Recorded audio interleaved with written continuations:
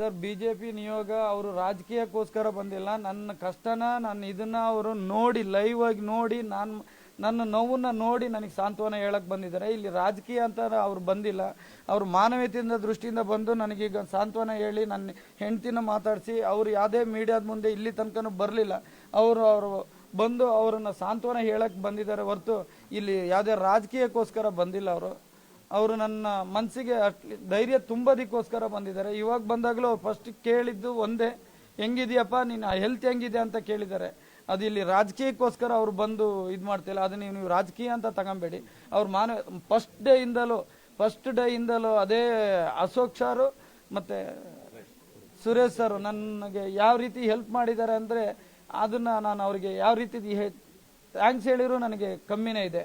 ನನಗೆ ಮಾಡಿದ್ದಾರೆ. ಅವ್ರು ಅಲ್ಲಿ ಬಂದ್ಬಿಟ್ಟು ಅಲ್ಲಿನೂ ಅವ್ರು ರಾಜಕೀಯ ಅಂತ ಏನು ಹೇಳಿಲ್ಲ. ಆಮೇಲಿಂದ ರಾಜಕೀಯ ಮಾತಾಡ್ಕೊಂಡಿದ್ದಾರೆ. ಅದು ಅವ್ರವ್ರದ್ದು ಪರ್ಸ್ನಲ್ಲು. ನನಗೆ ಇಲ್ಲಿ ರಾಜಕೀಯಕ್ಕೆ ಅಂತ ಬಂದಿಲ್ಲ ಸರ್. ಅವ್ರ ಮಾನವೀಯತೆ ದೃಷ್ಟಿಯಿಂದ ಬಂದ್ಬಿಟ್ಟು ನನ್ನ ಜೊತೆನೇ ಇಷ್ಟೊತ್ತು ತನಕನೂ ಕೂತ್ಕೊಂಡು ನನ್ನನ್ನು ಸುಧಾರಿಸಿ ಒಂದು ಸಾಂತ್ವನ ಹೇಳಿದ್ದಾರೆ. ಇವರಿಗೂ ತುಂಬ ಧನ್ಯವಾದಗಳು. ನಾನು ಈಗ ನನ್ನ ಜೊತೆ ಕೂತ್ಕೊಂಡು ನೀವೇ ನೋಡಿದ್ರಿ, ಬರೋಕ್ಕಿಂತ ಮುಂಚೆನೂ ಬಂದು ನನಗೋಸ್ಕರ ಬಂದು ಹೇಳಿದ್ದಾರೆ. ಇವರು ರಾಜಕೀಯಕ್ಕೋಸ್ಕರ ಬಂದಿಲ್ಲ ಸರ್. ಬಿಜೆಪಿ ಅದು ಸೆಕೆಂಡ್ರಿ. ಬಿಜೆಪಿ ಕಾಂಗ್ರೆಸ್ ದಳ ಅದು ಅವ್ರವ್ರು ಇದಕ್ಕೆ ನಾನು ಹೇಳಕ್ಕಾಗಲ್ಲ. ಇವತ್ತಿಗೆ 6 ದಿನ ಆಯ್ತು. ನೀವೇ ಇದು ಮಾಡ್ತಾ ಇದ್ದೀರಲ್ಲ, ಅದು ಏನ್ ಕಾರಣ ಅಂತ ಇಡೀ ವರ್ಲ್ಡ್ ವೈಡ್ ಹೇಳ್ತಾ ಇದೆ. ನಿಮಗೆ ವರ್ಲ್ಡ್ ವೈಡ್ ಹೇಳ್ತಾ ಇದೆ ಇದು ಯಾರಿಂದ ಆಗಿದ್ದು, ಯಾರಿಗೋಸ್ಕರ ಕಾರ್ಯಕ್ರಮ ಮಾಡ್ಕೊಂಡ್ರು, ಇದರಲ್ಲಿ ಯಾರ್ಯಾರು ಏನೇನು ಮಾಡ್ಕೊಂಡ್ರು, ಯಾರ್ಯಾರು ಎಲ್ಲೆಲ್ಲಿ ಏನೇನಾಯ್ತು ಅಂತ ಗೊತ್ತಿದ್ದು ಕೇಳ್ತಾ ಇದ್ದೀರಾ. ಬಟ್ ಇದು ಗೊತ್ತಲ್ವಾ, ಇದು ಅವ್ರವ್ರಿಗೋಸ್ಕರ ಮಾಡ್ಕೊಂಡಿದ್ದು.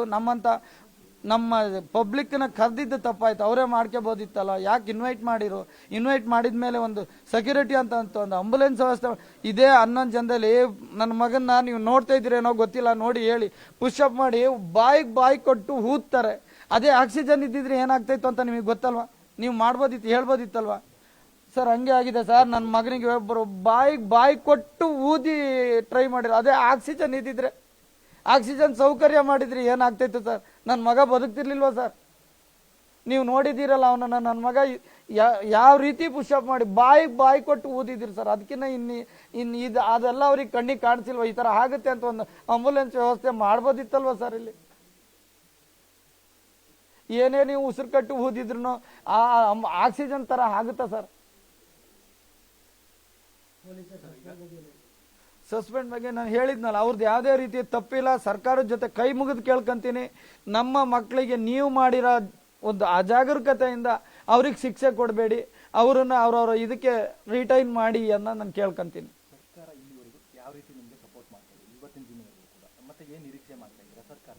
ಸರ್ಕಾರದಿಂದ ಏನು ನಿರೀಕ್ಷೆ ಅಂತ ನೀವೇ ಹೇಳ್ತಾ ಇದ್ದೀರಾ. ಈಗ ಇದು ಹೇಳ್ತಾ ಇದ್ದೀರಾ. ನನಗೆ ಸರ್ಕಾರದ ಕಡೆಯಿಂದ ಯಾರೋ DC ಆಫೀಸಿಂದ ಅಂತ ಒಂದು ಕಾಲ್ ಮಾಡಿರೋದು ಬಿಟ್ರೆ ಯಾರೂ ಬಂದಿಲ್ಲ. ನಾನು ಇಲ್ಲಿ ಈ ಮಾಧ್ಯಮದ ಮುಖಾಂತರ ಹೇಳ್ತೀನಿ, ಯಾರಿಗೋ ಒಂದು ಸ್ವಲ್ಪ ನಾನು ನೋವಾಗಂಗೆ. ಯಾಕೆಂದರೆ ನಾನು ಅವ್ರ ಬಳಿ ಹೋದೆ. ಅವ್ರು ನನ್ನನ್ನು ಆ ಥರ ತಿರಸ್ಕಾರ ಮಾಡಿದ್ದಕ್ಕೋಸ್ಕರ ಅವ್ರಿಗೊಂದು ಸ್ವಲ್ಪ ಏನೋ ಒಂದು ಅಂದಿದ್ದೀನಿ. ಅದಕ್ಕೆ ನಾನು ಕ್ಷಮೆ ಕೇಳ್ತೀನಿ. ಅಂದಿದ್ದೀನಿ ಯಾಕೆಂದರೆ ನನಗೆ ಸ್ಪಂದಿಸಿಲ್ಲ. ಅವ್ರ ಹೆಸರು ಇಲ್ಲಿ ಹೇಳಕ್ಲ ಅವ್ರು ಸ್ಪಂದಿಸ್ಲಿಲ್ಲ. ಅವ್ರು ಬರೀ ಮೀಡಿಯಾದವ್ರು ಬಂದ್ರು ಅಂತ ಅವ್ರ ಜೊತೆ ಮಾತಾಡ್ಕೊಂಡು, ನಾನು ಒಬ್ಬ ಅಲ್ಲ, ನನ್ನಂತವ್ರು ಸುಮಾರು ಜನ ಅವ್ರಿಗೆ ಗೋಳಾಡ್ತಾ ಇದ್ರು ನಮ್ಮನ್ನು ಕತ್ತೆತ್ತಿ ನೋಡಿಲ್ಲ. ಅದು ನನಗೆ ಒಬ್ಬ ಜವಾಬ್ದಾರಿಯುತ ಸರ್ಕಾರ ನಡೆಸ್ತಾ ಇದ್ದ ನಾವು ಇದೇ ಪಕ್ಷಕ್ಕೆ ಓಟ್ ಹಾಕಿದೀವಿ, ಇದೇ ಪಕ್ಷದವರು ಅಂತ ನಾವು ಏನು ಹೇಳ್ಕೊಂತಿರ್ಗಿಲ್ಲ. ಇಲ್ಲ, ಎಲ್ಲರೂ ಹಾಕಿದೀವಿ. ಯಾರು ನಮಗೆ ಸೂಟಬಲ್ ವ್ಯಕ್ತಿ ಇದ್ದಾರೆ ಅವರಿಗೆಲ್ಲ ಓಟ್ ಹಾಕಿ ಗೆಲ್ಸಿ ಇದೇ ಸರ್ಕಾರ ನಡೆದಿದೆ. ಅದಕ್ಕೆ ಅಲ್ಲಿ ಅವರು ಬರ್ತಾ ಇದ್ರು ನಮ್ಮನ್ನ ಯಾವ ರೀತಿ ಟ್ರೀಟ್ ಮಾಡಿರೋ ಅಂತ ತೋರಿಸಿರ್ಬೋದೇನೋ ಗೊತ್ತಿಲ್ಲ ನನಗೆ. ನಾನು ಅದು ನೋಡಲಿಲ್ಲ ಸರ್. ನಾನು ಇರೋದನ್ನ ಹೇಳ್ತೀನಿ ಸರ್. ನಾವು ಹೋಗಿ ಕೇಳ್ಕೊಳಕ್ ಹೋದ್ರೆ ನಮ್ಮನ್ನ ಮಾಧ್ಯಮದವ್ರ ಜೊತೆ ಮಾತಾಡಿರೋ ಬಿಟ್ರೆ ಸರ್ಕಾರದಲ್ಲಿ ಇರೋರೆ, ಸರ್ಕಾರ ನಡೆಸ್ತಾ ಇರೋರೆ ಆ ಥರ ಮಾಡಿದ್ರು. ನನಗೊಬ್ಬನಿಗೆ ಮಾಡಿಲ್ಲ. ನನ್ನಂಥವ್ರು ಅಲ್ಲಿ ಸುಮಾರು ಜನ ಇದ್ರು, ಅವರೆಲ್ಲ ಕೇಳ್ಕೊಂತ ಇದ್ರು. ಅವ್ರವರು ಏನು ರಿಪೋರ್ಟರ್ಸ್ಗೆ ಇದು ಮಾಡಬೇಕು ಮಾತಾಡ್ತೋದ್ರು ಹೋದ್ರು ಸರ್.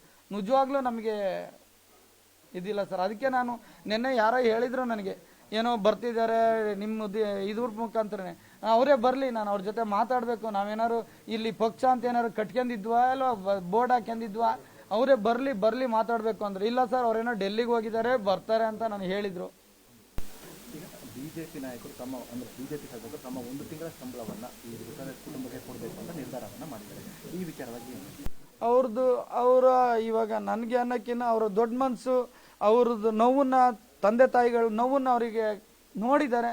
ಅವರು ಆ ನೋವಿಗೆ ಸ್ಪಂದಿಸ್ಬೇಕು ಅನ್ನೋದು ಅವ್ರ ಮನಸ್ಸಲ್ಲಿದೆ. ಅದು ಅವರು ನಿರ್ಧಾರನೂ ಒಳ್ಳೇದಿದೆ. ಅವರಿಗೂ ದೇವರು ಒಳ್ಳೇದು ಮಾಡಲಿ. ನಮ್ಮ ಥರ ನೊಂದ ಕುಟುಂಬಕ್ಕೆ ಸಾಂತ್ವನ ಹೇಳಿ ಅದಕ್ಕೊಂದು ಧೈರ್ಯ ತುಂಬ್ತಾ ಇದಲ್ಲ, ಅದಕ್ಕೂ ತುಂಬ ತುಂಬ ಧನ್ಯವಾದ. ಈ ಪ್ರಕರಣಗಳಾದಾಗ 2 ವಿಚಾರಗಳು ಚರ್ಚೆ ಆಗ್ತಿರುವಂಥದ್ದು. ಒಂದು ಸರ್ಕಾರ, ಇನ್ನೊಂದು RCB. ಸರ್ಕಾರ ಏನು ಹೇಳುತ್ತೆ ಅಂತಂದ್ರೆ RCB ಮ್ಯಾನೇಜ್ಮೆಂಟೇ ತಪ್ಪು ಅಂತ ಹೇಳ್ತಾರಂಥದ್ದು. RCB ಏನು ಹೇಳುತ್ತೆ ಅಂದ್ರೆ ಸರ್ಕಾರ ತಪ್ಪು ಅಂತ ಹೇಳ್ತಾರೆ. ಅಲ್ಲ, ಸರ್ಕಾರ ಈ ನಡೆಗೆ ಅಂದ್ರೆ RCBಗೆ ಮಾಡೋದು ಬೇಡ, ಬೇಕು, ಏನ್ ಬೇಕು ಏನ್ ಬೇಡ ಅಂತ ಹೇಳೋದಂಥದ್ದು ಯಾರ ಕೈಲಿದೆ? ಯಾರ ಕರ್ತವ್ಯ ಯಾರಿದೆ? ಅವ್ರೇನು ನೀವೇನಾದ್ರು ಅದನ್ನ ಗೌರ್ಮೆಂಟ್ ಇಂದ ಹೊರಡಿಸಿರಿ, ಅವರು ತಿರಸ್ಕಾರ ಮಾಡಕ್ ಆಗದೇ ಇಲ್ವಲ್ಲ, ಅವ್ರು ಪಾಲಿಸ್ಲೇಬೇಕಲ್ವಾ? ಯಾವ್ದು ನಿಮಗೆ ಗೊತ್ತಿಲ್ಲ. RCB ಅನುಮತಿ ಕೊಟ್ರೆ ಮಾಡ್ತಾರೆ, ಕೊಡ್ತಾರ?